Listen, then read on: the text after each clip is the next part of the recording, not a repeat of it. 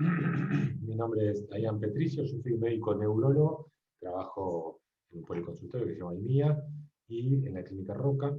Un gusto estar acá compartiendo este momento y vamos a charlar sobre el síndrome de Guillain-Barré y diagnósticos diferenciales.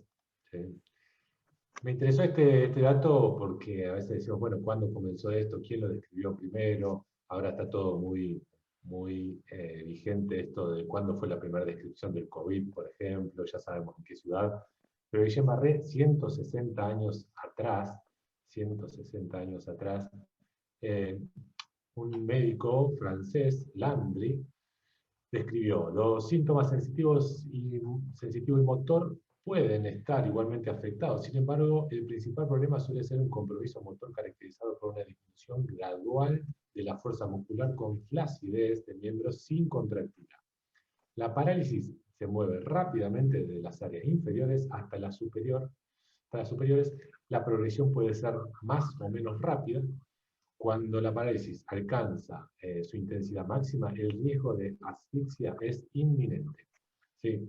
Muchos de los conceptos que vamos a ver hoy están descritos acá, ¿sí? Con otras palabras, pero ya lo describió Landry, después Guillain y Barré pudieron describirlo con mayor precisión y quedó el nombre, pero en conmemoración de él me gustó introducir esta charla. En cuanto a las partes de la charla, las habituales, ¿sí? Definiendo, dando datos epidemiológicos y fisiopatogénicos de la enfermedad, el cuadro clínico, las características fundamentales que tienen que estar y dónde tenemos que sospecharlo, formas evolutivas, el diagnóstico y tratamiento de la enfermedad, vamos a ir discutiéndolo. Todo como concepto general, ¿sí? Esta polirradiculoneuropatía de causa autoinmune, que es el Guillain-Barré, puntos claves para pensarlo es la progresión. ¿Sí? Un cuadro de una cuadriparesia o una paraparesia flácida sigue siendo la flacidez un síntoma típico del cuadro y lo tenemos que pensar, es la causa más frecuente a nivel mundial. ¿Sí? La relativa simetría, si estamos hablando de una polirradiculoneuropatía, eso nos habla de que no tiene que predominar obviamente la asimetría, sino la simetría. Puede tener síntomas sensitivos, a veces pensamos que solamente el Guillain-Barré es motor, en realidad cursa con síntomas sensitivos, no es lo que predomina, pero pueden estar de manera frecuente. Compromiso de pares craneales, también es muy importante tenerlos en mente, ¿sí? Principalmente el séptimo par. Luego vamos a ver en la fisiopatogenia a qué se debe este compromiso de pares craneales. Trastornos autonómicos que muchas veces son causas de muerte, ¿sí? Con disparos en cuanto a registros de tensión arterial, cambios en el ritmo cardíaco, con bradicardias o taquicardias extremas. Y también un dato muy importante es que al inicio del cuadro no debe haber fiebre, sino ya tenemos que empezar a pensar en otros diagnósticos diferenciales. Como decía recién, la polirradículo, la afección de las raíces, polirradiculoneuropatía monofásica, aguda, la división que hacemos son 8 semanas. ¿Sí? Cuando el cuadro supera la evolución de 8 semanas, después vamos a ver una curva de la progresión para poder interpretarlo de manera más gráfica, pero si supera las 8 semanas no es Guillain-Barré, hay que pensar en otras causas. Dijimos esto rápidamente progresiva, es un paciente que viene en días teniendo una debilidad y consulta por eso, y no presenta recaídas, es de causa inflamatoria inmunomediada. En cuanto a la epidemiología, si pensamos, por ejemplo, extrapolamos Roca con una cantidad de habitantes, si bien el área de influencia es mucho mayor, pero 100.000 habitantes, por año deberíamos tener hasta 2 casos. ¿Sí? Todo está cambiando también en cuanto a la epidemiología, actualmente con la pandemia por COVID, la aplicación masiva de vacuna, entonces todavía no tenemos datos firmes en cuanto a la epidemiología, datos actualizados, pero ya hay una sospecha de que hay un aumento. No tiene ningún valor lo que estoy diciendo científico, pero es un comentario en cuanto a la práctica.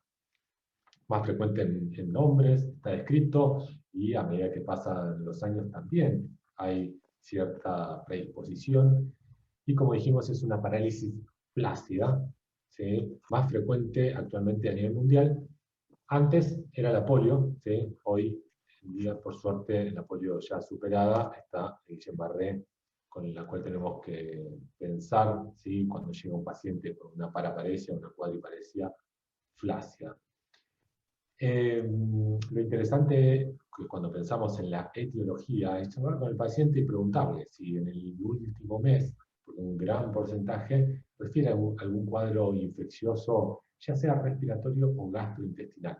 ¿Sí? Precede al inicio del cuadro, a veces un cuadro muy leve lo que presentaron, o a veces algún compromiso mayor. Y además hoy sumamos también la aplicación de vacuna por COVID. Ahí lo puse en celeste como para tenerlo en cuenta, esto súper actualizado en ese sentido. ¿Por qué? Nosotros en la formación eso no estaba sospechado, obviamente. Sí, estaba muy descrito el Campylobacter jejuni, eso está descrito desde hace años y en Argentina como causa más frecuente. Hoy tenemos también virus como la influenza, que siempre fue un clásico, el VIH también lo puede generar, el Zika, en algunas zonas de Latinoamérica y Argentina también está descrito. La verdad que rarísimo, y hoy por COVID, sí, ahí sí tenemos que tenerlo presente, ya sea la infección o la vacuna, sí, está descrito de las dos formas. Fíjense que acá está arriba, en el rectángulo superior, tenemos la estructura, y ahí está el protagonista, un lípido, ¿sí? Que son los gangliosidos, eh, que es un componente de la membrana celular del sistema nervioso, el cual tiene una similitud, ¿sí? Con algunos, en el Campylobacter jejuni tiene una similitud con el gangliósido, ¿sí? La estructura química tiene tal similitud que generaría a partir de esa confusión, de esa reacción cruzada inmunológica, el inicio del cuadro. El inicio del cuadro donde se comienza a producir esos anticuerpos dirigidos hacia determinada estructura química de la membrana, y ahí comienza la clínica. ¿Sí? Fíjense que tenemos por un lado sobre la izquierda, donde según la estructura son los síntomas que se van a desencadenar, con debilidad en miembros, una neuropatía axonal motor aguda, y en la derecha una estructura que tiene es similar, pero tiene algunas diferencias, algo característico, donde tiene una similitud específica en nervios que son los pares craneales, y ahí está donde genera la afección y la clínica de oftalmoparesia y ataxia, que es lo que se llama el síndrome de Miller-Fisher. El síndrome de Miller-Fisher es una variante de Guillain-Barré. Y esto es lo que comentaba recién en cuanto al COVID, está descrito, ¿sí? La asociación durante esta pandemia entre el COVID-19 y el Guillain-Barré. En sí, en cuanto a la clínica, si lo pensamos, si tiene algún dato específico, la verdad que no. Quizás previamente cuando hablábamos con un paciente y charlábamos si tuvo algún cuadro, sí, un cuadro banal de vía aérea superior, pensábamos en influenza. Hoy quizás tengamos un hisopado, tengamos algún dato más firme para poder confirmar esa asociación. ¿Sí? Pero en cuanto a la clínica, al menos hasta lo que he leído hoy, no veo ningún dato específico en el examen físico diferente o en los exámenes complementarios. Como decíamos, es una enfermedad inmunomediada, similitud molecular entre el antígeno, y ahí está el lipo-oligosacárido, ¿sí? Y los gangliósidos, ¿sí? Esa reacción cruzada. Y acá, esto es bastante ilustrativo, ¿sí? Donde tenemos el nervio periférico con la vaina, y fíjense que en la vaina esa de mielina lo que vemos es la parte amarilla, sin esa cubierta, donde está ahí el anticuerpo que se une en el gráfico del centro, en el medio, y ahí se une justo donde hace el estímulo saltatorio, ¿sí? Que se llama el nódulo de Ranvier, ¿sí? Fíjense que ahí en realidad es el primer contacto del anticuerpo específicamente, y ese anticuerpo va, se une y ahí genera toda la cascada de la reacción inflamatoria. Un dato a color, un tanto específico, pero si bien está descrito como una enfermedad desmielinizante, la mielina se empieza a afectar a partir de esa reacción, esa cadena inflamatoria que se desencadena, esa reacción inflamatoria con el daño de la mielina, pero al inicio está descrito como una canalopatía, porque ese anticuerpo va y inhibe un canal de sodio, y disminuye ese estímulo saltatorio. Entonces el paciente, cuando comienza con los síntomas, lo que realmente está pasando ahí, molecularmente hablando, es una canalopatía. ¿Sí? Canalopatía se refiere a esa afección de la función del canal de sodio. Posteriormente sí termina siendo una enfermedad desmielinizante. Y me adelanto acá en esta parte, como para ir comprendiendo. Nosotros dentro del tratamiento tenemos el tratamiento de plasmaféresis, ¿sí? O tratamiento con inmunoglobulina. Los dos son igualmente efectivos, pero lo que hacemos es disminuir que ese anticuerpo contacte con ese canal y así disminuir el impacto de esa cadena que se genera ese daño, y así finalmente la evolución sea favorable en el paciente, ¿sí? Modificar el curso de la enfermedad. Por eso es muy importante en cuanto al contacto con el paciente, es la sospecha, y frente a la sospecha realizar el tratamiento, porque cambia el pronóstico de la persona. Y esto es lo que le decía recién, específicamente hablando, el anticuerpo va dirigido hacia el canal de sodio y después desencadena la reacción inflamatoria. Insisto, es un dato a color para poder comprender un poco más la cuestión molecular, patogénica. La clínica.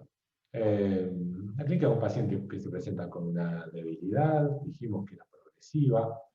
1 de cada 10 o 2 de cada 10 puede tener un curso atípico con una debilidad descendiente, pero lo más frecuente es que sea ascendente, es decir, comience por los pies, dificultad en la dorsiflexión, continúe por la rodilla, continúe por la cadera, comprometa las manos, comprometa luego el codo, ¿sí? Todo lo que es la cintura escapular, y finalmente algún trastorno deglutorio respiratorio. Ese es el curso más típico. Muy, muy variable en cuanto a la clínica y la debilidad. Hay pacientes que realmente tienen una debilidad distal y se frena ahí, automáticamente. Luego vamos a ver cómo manejar ese tipo de pacientes. Lo otro característico, como está afectada la fibra, lo que hay es una arreflexia. Y les diría que esto es lo que divide las aguas. Es decir, paciente con debilidad y arreflexia, una cuadriparesia o una paraparesia o una paraplegia con arreflexia, hay que pensar Guillain-Barré. Directamente no podemos pensar en otra cosa, obviamente si estamos hablando de un cuadro agudo, estamos hablando de una persona con diabetes y otras comorbilidades, que viene un cuadro progresivo de años y de pronto tiene una debilidad en la dorsiflexión. Bueno, hay que pensar otro tipo de polineuropatía, pero si es un cuadro agudo, dijimos menos de 8 semanas, hay que pensar este cuadro. El compromiso de pares craneales es un porcentaje alto, luego después vamos a ver específicamente entre par y par, pero lo característico es el compromiso del séptimo par, luego le sigue el sexto par. Séptimo par, recordemos, el par sigue el nervio facial, y el compromiso por lo general, como así te da esta simetría del compromiso, en lo facial también. Entonces vemos un cuadro de parálisis facial bilateral. ¿Sí? Más hay premisas dentro de la neurología, y es cuadriparesia reflexia Guillain-Barré. Hay otra premisa que es parálisis facial bilateral Guillain-Barré o la seroconversión por VIH. Esas dos son como hoy en día, si no podemos pensar en tuberculosis, sarcoidosis, hay que pensar otras causas mucho más raras en cuanto al compromiso neurológico, pero las que vemos habitualmente, por lejos es la Guillain-Barré por el compromiso del nervio facial bilateral. Síntomas sensitivos, lo que dijimos, pueden haber síntomas de parestesias, alodinia, no es lo que predomina, pero puede estar. Disfunción autonómica también charlamos, ¿sí? Esto de las variaciones de la frecuencia cardíaca, las variaciones de la tensión arterial, y el dolor neuropático. Muchas veces pacientes refieren que previo al inicio o los primeros días, un dolor, sí, como una radiculopatía, ¿sí? Lumbar, ¿sí? que puede manifestarse así y muchas veces muy, muy molesto, ¿sí? Porque persiste. Fíjense qué interesante, en el eje de las ordenadas hablamos de la severidad, ¿sí? Y en el eje horizontal estamos en tiempo. Dividido por semanas, y ahí está bien marcado 8 semanas. ¿Sí? 1, 2, 3, 4, 5, 6, 7. Sí, en las neuropatías dijimos aguda son 8 semanas, y en la primera, en rojo está la infección, que empieza antes, ¿sí? Empieza el cuadro infeccioso, decimos, y luego empiezan los anticuerpos, ¿sí? Anticuerpos contra los gangliósidos, empiezan a aumentar y después empiezan a descender. Y en verde empieza la progresión. Entonces, en rojo tenemos la infección, en azul el aumento de los anticuerpos, y en verde la progresión. ¿Cómo va aumentando? Va subiendo, llega al plató, se mantiene y luego empieza a mejorar. Si ustedes lo tienen que describir, hablan de un cuadro progresivo que se estabiliza y empieza a mejorar. En ningún momento hace una mejoría y luego recaída, ¿sí? Mejoría, luego recaída. Si hiciese eso, hay que pensar en diagnósticos diferenciales. El más frecuente es la CIDP, que estamos hablando como el Guillain-Barré crónico, precisamente por los hallazgos que encontramos en el electromiograma. Son iguales, solo que nosotros tenemos que escuchar al paciente y decirle hace cuánto tiene el cuadro, cómo fue la progresión, cómo fue la mejoría. ¿De acuerdo? En cuanto a la debilidad, dijimos ascendente, existe lo descendiente también, pero ascendente es lo que predomina, bilateral, rápidamente progresiva. Y esto también es un punto importante, ese gráfico lo tenemos que tener en mente, sube, sube y se mantiene y llega al máximo en 2 a 4 semanas. ¿Sí? Ahí en ese momento puede desarrollar el compromiso respiratorio. ¿Puede empeorar posterior al tratamiento? Sí, existe una pequeña recaída, ¿sí? Pero no es lo característico. Y luego de la meseta comienza una mejoría después, ¿sí? Posterior, según el compromiso. Esto es lo que decía en un momento de una de las diapositivas, hablábamos de la variabilidad clínica. Hay personas que tienen un cuadro leve y personas que realmente se compromete la vida. La arreflexia, un punto fundamental, así que vamos con debilidad. Arreflexia, trastornos sensitivos, ya charlamos sobre las parestesias como un síntoma que puede estar. Y cuando hablamos de síntomas sensitivos, ahí se plantea un cuadro, un diagnóstico diferencial, ¿sí? Esto es importante, hacer una pausa y pensar. Estamos hablando de una cuadriparesia, ¿sí? Nosotros podemos tener un compromiso, por ejemplo, una mielitis cervical, que da cuadriparesia. A veces las mielitis evolucionan, de causa autoinmune, evolucionan en días. Entonces estamos viendo una cuadriparesia progresiva. Por lo general cursa con reflejos conservados. Y por lo general cursa con un nivel sensitivo, siempre y cuando hablemos del compromiso medular cervical. Ahora, si estamos hablando de Guillain-Barré, no tiene que haber un nivel sensitivo, eso ya es una bandera roja para tener en cuenta y pensar en otro diagnóstico que no sea Guillain-Barré. En cuanto al dolor, hay incluso ¿sí? Un dolor muy, muy molesto, que es el lumbo, ¿sí? El dolor lumbar que irradia a miembro inferior. Y lo disautonómico, ya hablamos varias veces, agrego acá la retención urinaria que puede darlo, ¿sí? Y en la disautonomía como causa de muerte.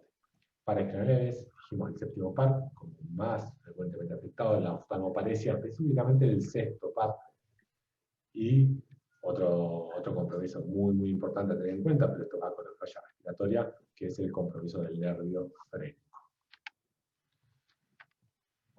Cuadro altamente variable en severidad. Fíjense que acá, y esto es lo que decíamos, ¿cuándo pensarlo? Bueno, a la derecha están los porcentajes, una serie de casos que lleva a cabo en Kenia, 54 pacientes, donde se evaluó la presencia de algunos síntomas. Bueno, debilidad, plasia, debilidad 100%. Arreflexia o hiporreflexia, me quedaría bien a la arreflexia, la verdad que algo, no entiendo. ¿Perdón? Sí, seguimos. Entonces, debilidad 100%, arreflexia 100%. ¿Sí? Predominantemente la debilidad del 33%, un trastorno sensitivo distal hasta casi un 40%, compromiso del séptimo par 30%, compromiso de debilidad, pero proximal predominantemente, casi también un 30%. Fíjense que entonces hay que pensar, no es que si el paciente tiene solo debilidad proximal, no hay que pensar y pensar en otro diagnóstico, no, hay cuadros que comienzan así también, ¿sí? Compromiso de pares generales, de la dilución, para decir, paladar, trastornos respiratorios, fluctuación de la tensión arterial, son otros síntomas menos frecuentes, pero pueden estar. Y dentro de los criterios diagnósticos de la enfermedad, la debilidad progresiva y la arreflexia ya lo hemos repetido varias veces. Síntomas que a tener en cuenta que pueden apoyar el diagnóstico: la fase progresiva, la simetría, los síntomas sensitivos que sean leves, compromisos de pares, nuevamente la paresis facial, disautonomía y dolor. Dicho de otra manera. ¿Cuándo poner en duda el diagnóstico? Cuando aparece rápidamente una insuficiencia respiratoria muy rápida en cuanto a, yo me arriesgaría a decir días, porque la verdad son cuadros estos que van de largas horas a días la progresión. No es de pocas horas. La verdad que yo me atrevería a decir todo, para que quede el concepto, el empeoramiento es en días. Yo puedo ver hoy un paciente con una debilidad distal en miembros inferiores muy leve, con algo de reflexia y no me queda claro, lo puedo ver al otro día, y si progresa la debilidad, quizás ahí ya gatillo todos los estudios de manera urgente, la función lumbar y todo, pero no pensar que es en horas. Si genera la interferencia respiratoria rápidamente y severa, eso no creo que sea un cuadro de Guillain-Barré, por una cuestión fisiopatogénica. La disfunción vesical desde el inicio y sostenida, bueno, hay que pensar en un cuadro de compromiso medular, eso por lo general. Fiebre, dijimos que no debería presentarse, no hay que pensar en otros diagnósticos diferenciales. Cuando predominan los síntomas sensitivos, hay que pensar en otras causas: asimetría marcada, progresión lenta, y sin compromiso respiratorio, pero una progresión lenta de varias semanas o meses, también pensar en otras causas. Y si nosotros hacemos una punción lumbar y encontramos más de 50 células, bueno, también, poco probable. Está descrito, pero no hay que pensarlo en primera instancia. Fíjense que dentro de los exámenes complementarios tenemos la punción lumbar. Entonces nosotros nos encontramos con un paciente con un cuadro compatible. ¿Qué vamos a hacer? Bueno, hoy en día con hacer una tomografía de encéfalo previo a la punción lumbar es recomendable, si bien hay criterios que pueden ser que no nos obliguen a hacerla, pero hoy con la disponibilidad que tenemos, amerita hacer una punción lumbar luego de una tomografía al menos encéfalo normal. Hacemos la punción y encontramos el término este, quizás lo recuerden, de la disociación albumino-citológica. ¿Qué significa? ¿Sí? Que tenemos gran cantidad de proteínas que superen los 0,45 miligramos por ciento, pero tenemos células bajas. Porque si tenemos proteínas elevadas y células bajas, células altas, perdón, podemos estar en un cuadro de meningoencefalitis, algún compromiso infeccioso. En este caso tenemos baja celularidad, baja, con proteínas elevadas. Y a eso le llamamos la disociación albumino-citológica. Ahora, hacemos la punción, tenemos proteínas elevadas, pero tenemos también células elevadas. Bueno, pensar en una seroconversión a VIH, una infección por citomegalovirus, bueno, poco probable, pero bueno, hay otras, la carcinomatosis también hay que pensarla, es decir, las metástasis meningias pueden ser un cuadro que se desencadene o que se complique en un paciente con estas manifestaciones. Sí, justo en la carcinomatosis lo que vamos a tener es células elevadas, vamos a tener proteínas elevadas, pero también una glucorraquia muy baja. De hecho, es lo característico. Es decir, del laboratorio nos van a llamar y van a decir que es no dosable. ¿Sí? En cuanto a otros exámenes complementarios, la electromiografía, específicamente la parte de electrofisiología, la velocidad de conducción.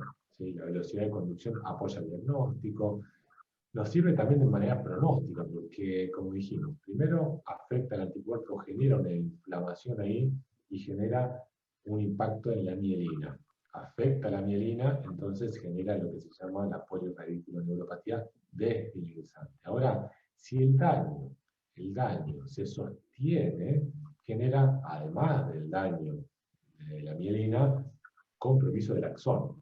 Si yo hago un electromiograma y veo dispersión, veo características que me hacen pensar en compromiso de la mielina, y luego lo repito, y ya no solamente está comprometida la mielina, sino está comprometido el axón, eso es el peor pronóstico.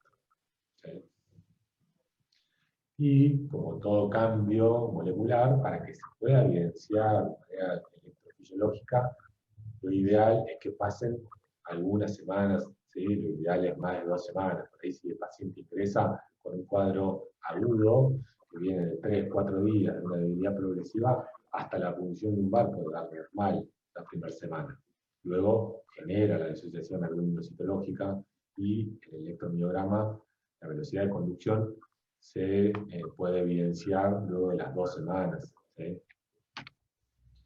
En cuanto a imágenes, obviamente la semiología es importantísima. Si nosotros estamos encontrando una cuadriparesia con arreflexia, la resonancia, si hay alguna duda, porque sospecha de alguna mielitis u otra causa, podemos pedir alguna resonancia, y si hay contraste, puede verse contraste, aumento, ese realce de las raíces nerviosas. Bueno, un signo indirecto, obviamente, de diagnóstico.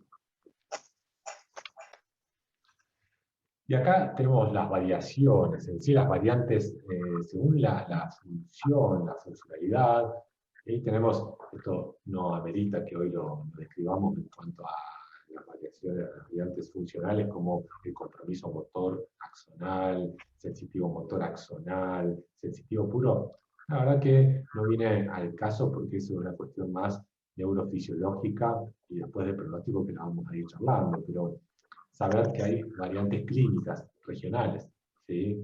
Si decíamos que es el mimetismo molecular disparado de la reacción autoinmune, esa respuesta inmune cruzada, tiene cierta similitud con algunas zonas del encéfalo, del cerebro, las raíces nerviosas, cuando afecta pares craneales y afecta las fibras sensitivas finas. Ahí se genera lo que se llama el síndrome de Miller-Fisher. ¿Sí? Y después hay otra variante que es la faringo-cérvico-braquial. Todo con una distribución muy diferente a la que venimos describiendo al inicio. Miller-Fisher, 5% de los pacientes, ¿sí? Con síndrome de Guillain-Barré, asociado, y ahí estamos viendo el anticuerpo anti-GQ1B, que aparece en un alto porcentaje. ¿Y por qué lo describimos? Porque se puede dosar. ¿Sí? A veces cuando queda alguna duda en el diagnóstico se puede pedir el laboratorio, o luego para poder confirmarlo. Y la clínica, dijimos, oftalmoparesia, ¿sí? Oftalmoplegia, principalmente el sexto par, arreflexia y ataxia. Esos serían como la tríada del síndrome de Miller-Fisher. ¿Sí? Puede afectar otros pares craneales porque comparten la estructura. ¿Sí? Y la debilidad faringo-cérvico-braquial tiene otros anticuerpos. ¿Sí? Pero bueno, insisto, no viene al caso. Yo creo que esto excede al objetivo de hoy. Acá sí, acá nos podemos detener porque fíjense que a la izquierda están los trastornos, los diagnósticos diferenciales. ¿Sí? ¿De qué lo tenemos que, un paciente con cuadriparesia y nivel sensitivo, trastorno esfinteriano, y si hacemos la punción, la resonancia, ¿sí? Puede ser normal, a veces podemos encontrar alguna lesión inicialmente, hacemos una punción y vemos más de 200 células, bueno, hay que pensar una mielitis, ¿sí? Transversa, un compromiso, pero ahí hay un nivel sensitivo. Dijimos, nivel sensitivo, una bandera roja, y probablemente no haya arreflexia, pero bueno, a veces se puede confundir. Los pacientes tienen comorbilidades, ahí tienen hipotiroidismo, diabetes, y la arreflexia la tienen, y ahí sí que nos hacen dudar bastante. otro diagnóstico diferencial de cuadriparesia que puede evolucionar en días y puede estar manifestándose una cuadriparesia progresiva con compromiso respiratorio, es la crisis de miastenia grave que pueda debutar. Bueno, va a tener una punción lumbar normal, puede hacer su electromiograma y de pronto es normal, y cuando tenemos el electromiograma normal, la velocidad de conducción, podemos hacer estimulación repetitiva y nos permite. Otros datos es la fluctuación que tienen los pacientes con miastenia, pero bueno, a veces puede ser bastante complejo en la crisis poder diferenciarlo. Los reflejos no tienen por qué estar afectados en la miastenia gravis, pero bueno, a veces puede estar la presencia de una hiporreflexia y también hacernos dudar bastante.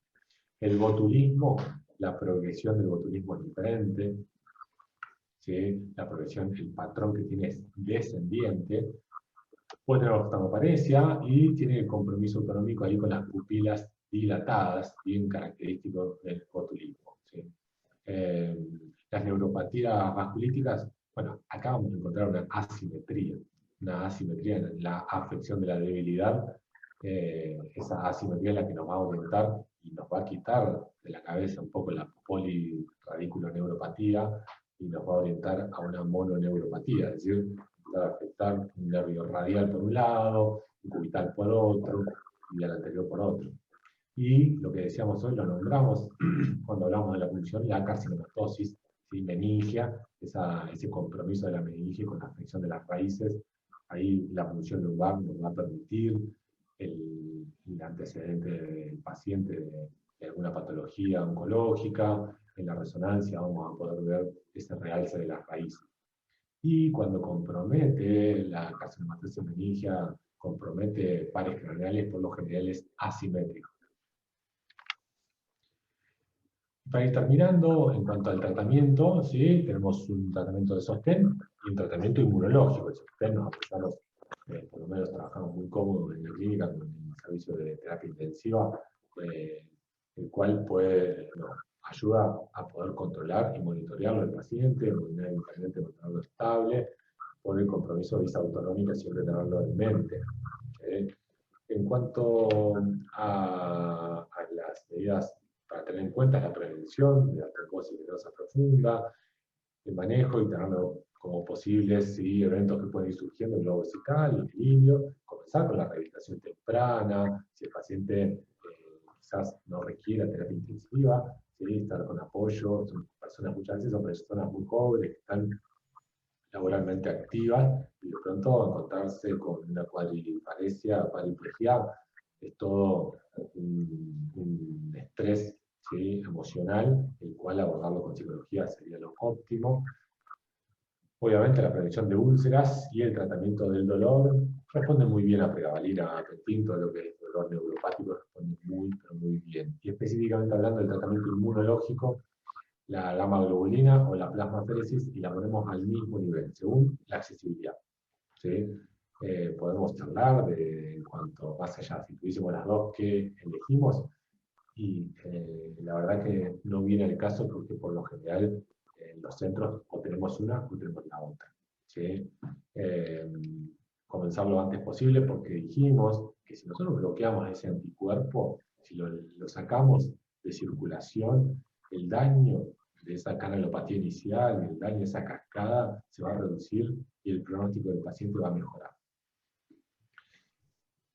Como decíamos, no hay superioridad entre uno o el otro, estamos hablando de la gamma globulina o la plasmaféresis. No hay mejores resultados tampoco, y repetir un ciclo que a veces dan ganas, la verdad que cuando vemos un paciente que sigue progresando, nosotros tenemos que pensar que ya ocurrió esa cascada y que ya llegamos, vamos a decirle, tarde. Entonces, por más que hagamos otro ciclo, la verdad que el beneficio no va a ser, porque ya se disparó esa cascada, no va a estar en repetir un ciclo. Y no se recomienda el uso de glucocorticoides. Y ese es un punto muy importante a tenerlo en cuenta, porque hasta puede empeorar el cuadro, ¿sí? No así el que se llama recrónico, la CIDP. La CIDP sí requiere corticoides, responde muy bien, pero bueno, estamos hablando de un cuadro que lleva más de 2 meses, recaída, trastornos sensitivos, datos muy específicos en la velocidad de conducción del electromiograma. Las dosis, para tenerlas en cuenta, en cuanto a la gamma-globulina, 2 gramos kilos, sacamos el cálculo del paciente, ¿sí? Por ejemplo, un paciente que pese 70 kilos va a necesitar 140 gramos, y esos 140 lo dividimos en 2 a 5 días. Por lo general lo hacemos a 5 días, y charlamos con la familia de que al ingresar la medicación, lo que puede haber es un registro de tensión arterial elevado, puede aumentar y dar cefalea.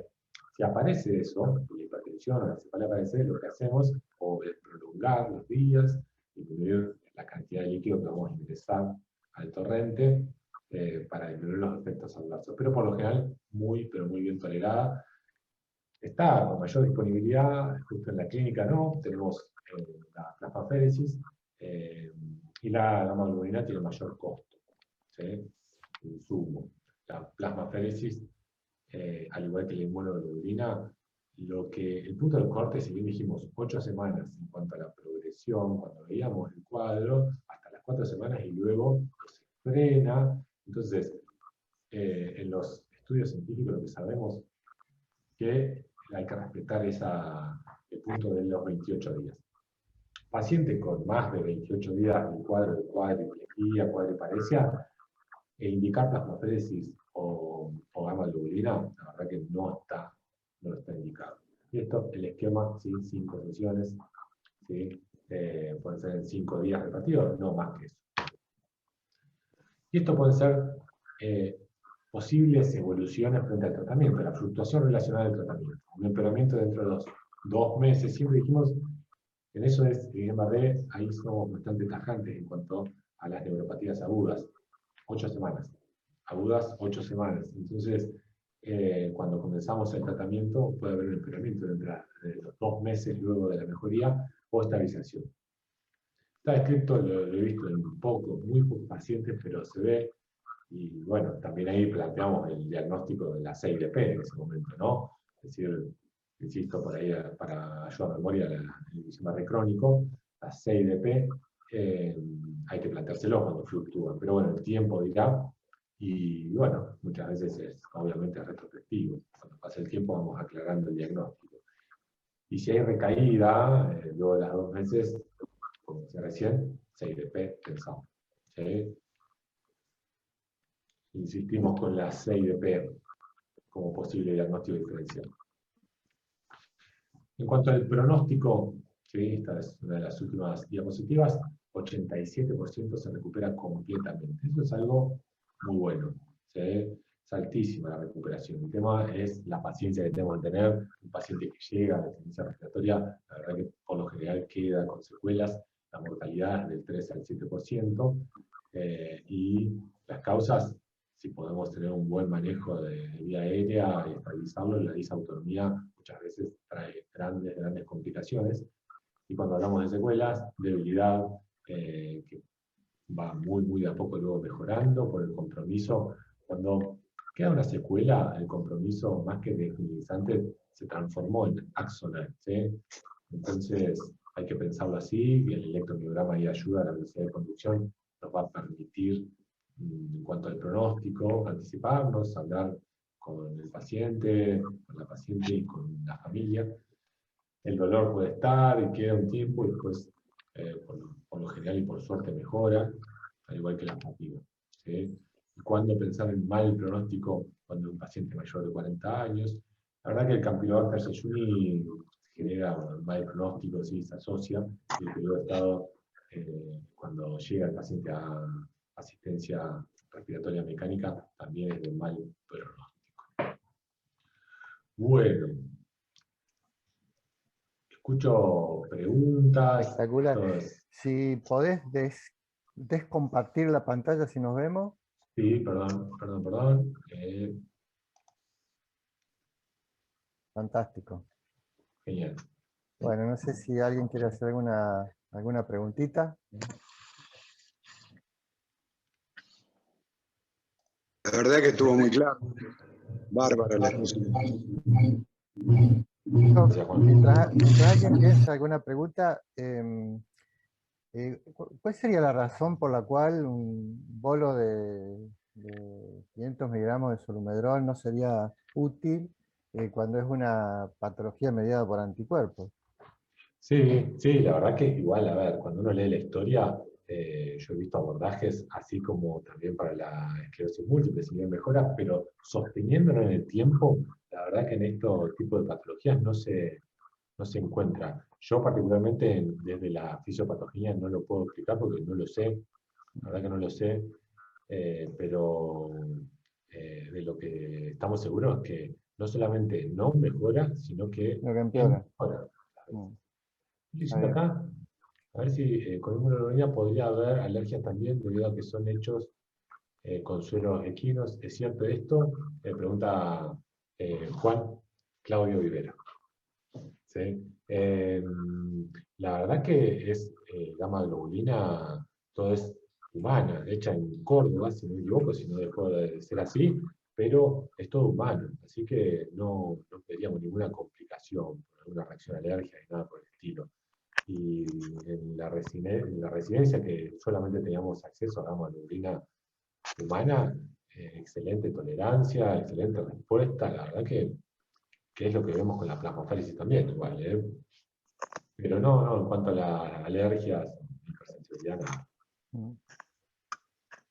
No sé si Claudio quería hacer una pregunta que está, o era esta que leíste vos. Esa, la que yo veo en el chat, la escribió, Sí, Está bien. sí, sí, sí, era la pregunta que hizo Claudio.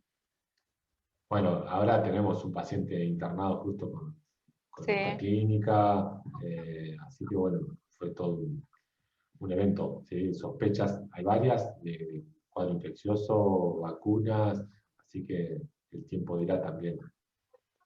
En realidad, hola Dayan, yo ingresé un Hola, chiquitito Natalia. tarde, gracias porque excelente como siempre.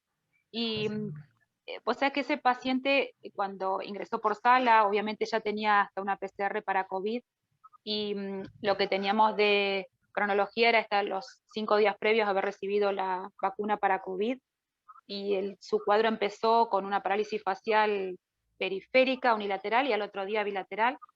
El paciente ingresó muy lúcido, pero aparte él nos iba contando todo el relato, pero lo que él más tenía era el dolor en zona lumbar, eh, la verdad que una intensidad, nada, 10 en 10, y que lo tenía hacía 2 o 3 días hasta sin dormir, que no cedía con nada, y no tenía debilidad muscular, ni en miembros inferiores ni en superiores, sí tenía algo de hiporreflexia en miembros inferiores, pero la verdad que él nos pedía por favor que le calmáramos el dolor, era lo único, y obviamente la parálisis facial, y tenía diplopía, con eso así ingresó. La verdad que con los analgésicos, incluso morfina, no logramos, y con pregabalina, aumentándole la dosis, no logramos mejorarle el dolor. Y bueno, hicimos todo este paso de la resonancia que pudimos hacer, bueno, Claudia que nos hizo la punción y descartar, creo, hasta ahora todo lo infeccioso, por lo menos lo que pudimos hacer. Y bueno, y después la progresión, cuando fue a terapia. Bueno, hay trabajos, no todavía de vacunación contra COVID, pero sí contra influenza. Y el tema era, bueno, paciente que desarrolló un cuadro post-vacinal, ¿sí? En ese paciente, ¿tenemos que poner otra dosis o los ponemos nuevamente? ¿El riesgo cuál es? Bueno, no otra vacuna porque realmente es la sospecha, no otra dosis en este caso, se evita, ¿sí? Ahora, paciente con Guillain-Barré, que tiene indicación por la edad de vacuna contra influenza, no estoy hablando de contra COVID porque todavía no está No eso, está. ¿no? Pero influenza, paciente que tuvo Guillain-Barré y se tiene que vacunar contra influenza, ¿se vacuna contra influenza? Influenza, sí. ¿De acuerdo? ¿Por qué? Porque el riesgo de probabilidad de mimetismo no es alto cuando comparamos el beneficio de la vacuna. Eso se está extrapolando a vacuna contra el COVID. Lo mismo. Y eso es importante, fantástico que salga el tema de vacunación sí, vacunación no.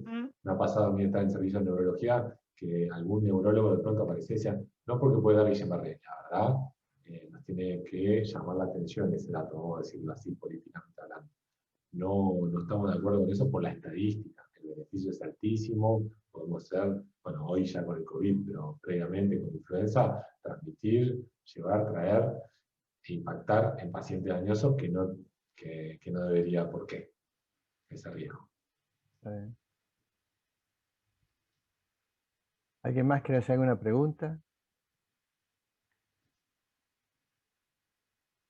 Bueno, Muy claro. yo te hago Sí. una extra. Vos mencionaste los anticuerpos en el síndrome Miller, se llamaba, no, no lo conozco. Miller-Fisher, Está bien. sí, pero es... Miller-Fisher. En el Guillain-Barré común, digamos, ¿medir FAN o algo sirve para algo o tampoco tiene injerencia? No, la verdad que en cuanto a buscar algún anticuerpo No específico hay. o algún dato de laboratorio, no. De hecho, si nos ponemos a analizar, se llama el síndrome de Guillain-Barré, en realidad son signos y síntomas, y realmente es clínica, es vos estar revisándolo al paciente, escuchándole el relato, ver las características del cuadro. De hecho, después podemos hacer diagnóstico diferencial, es un síndrome de Guillain-Barré, sí, autoinmune, pos algo, asociado a algo, pero el cuadro clínico tiene que ser el resto de los datos, de los exámenes complementarios para confirmar y principalmente muchos para descartar otras causas. Está bien. Pero clínicamente ya, hasta con la clínica y una punción lumbar que pueda dar normal al inicio, ya estoy habilitado para hacer inmunoglobulina. Me ha pasado que viene el cuarto día ya con una debilidad. Y el punto de corte, cuando internamos a un paciente, eso también es importante. Ahora recordé el concepto como para compartirlo, es paciente que no puede caminar.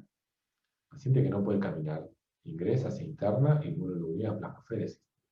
Ese sería el punto de corte. En un cuadro típico, ahora, si empezamos a repasar a este paciente que vino con un dolor lumbar severo, oftalmoparesia, paresia facial, en contexto de una vacuna reciente, pero camina, no, bueno, usted se queda porque lo tenemos que seguir acá de cerca, tenemos que estudiarlo, tenemos que pensar otras causas, no queda claro.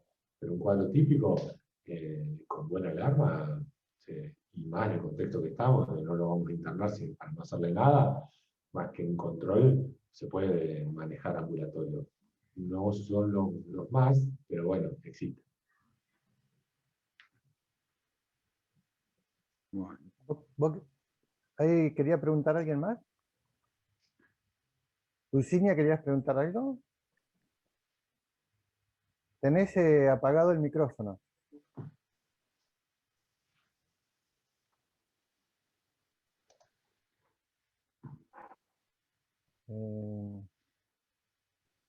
A ver qué le voy a No, sí, escribir. está apagado todavía. Sí, lo tiene apagado. Sí.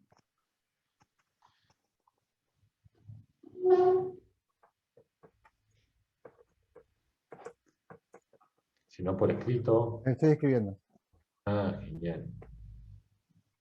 Yo mientras te pregunto, Dayan, de ese paciente el electromiograma Sí, eh, dio compatible con desmineralización, ¿sí? Hicimos estímulo de nervio mediano y cubital, con latencias aumentadas, con una velocidad reducida, ¿sí? Entonces ahí hablamos, no hay un bloqueo de conducción, para otros diagnósticos diferenciales también que puede haber, bien.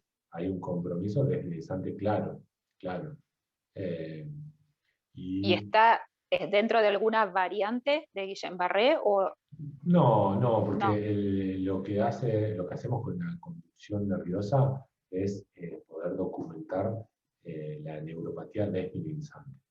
Está. Después, en cuanto a la variante, sí, lo podemos interpretar como Miller-Fisher por el compromiso Bien. sensitivo que tuvo tan importante al inicio, en miembros inferiores, con la reflexia, sumado a la oftalmoparesia. Exacto. Claro. Bien. Entonces, bueno, y eso se aleja bastante de un síndrome de Guillain-Barré típico, sino más la variante Miller-Fisher, que de hecho podemos llegar a dosar los anticuerpos anti-GQ1B y poder documentar así aún más, ¿sí? Es decir, con el sello de la variante. ¿Y eso se puede hacer? ¿Es Sí, en algo? Sí. sangre, sí, se pide en sangre ¿Y se dónde se consigue. hace? Por lo general en Bahía Blanca, por lo general. Está. Y acá. Bien. Sí. ¿Querías preguntar algo vos, Dulcinea? Ahora no te Sí, en escuchamos. silencio, a ver. De última, sino que lo escriba al chat, que le leemos. No te escuchamos, ella por creo ahí que no te escuchamos. Ella no me escucha. Dulcinea, no te estamos escuchando, así que por ahí te pido que lo escribas. Tiene el micrófono prendido ahora, así que no sé por qué no. Sí, no lo sí, escuchamos. sí, es extraño.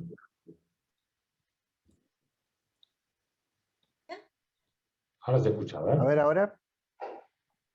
¿Me escuchan? Sí, Ahora sí. sí.